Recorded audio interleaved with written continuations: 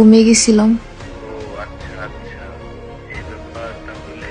তুমি নামাজ পড়ছো, খাইছো? না, খাবার খাই নাই, নামাজ পড়ছি। আমি এই কিছুক্ষণ পরেই নামাজ পড়বো। নামাজ যেন মিস যায় না, ঠিকঠাক মতো পড়ে নিও। ও, ভালো কথা। আপনার তো এই মাসে টাকা পাঠানোর কথা আমার কাছে। আমার জন্য কিছু টাকা বাড়িয়ে দিয়েন। আমার 2টা হিজাব আর একটা বোরকা পছন্দ হয়েছে। বোরকাটা অনেক সুন্দর, আমার অনেক পছন্দ হয়েছে। বোরখা? তুমি কেন অন্য সব মেয়েদের মতো থ্রি পিস পরো না? না না না, আমার 3 পিস ভাল লাগে না। আমি বোরকা পরবো, আমার বোরকা অনেক ভালো লাগে। আচ্ছা ঠিক আছে, বোরখা নিয়ে।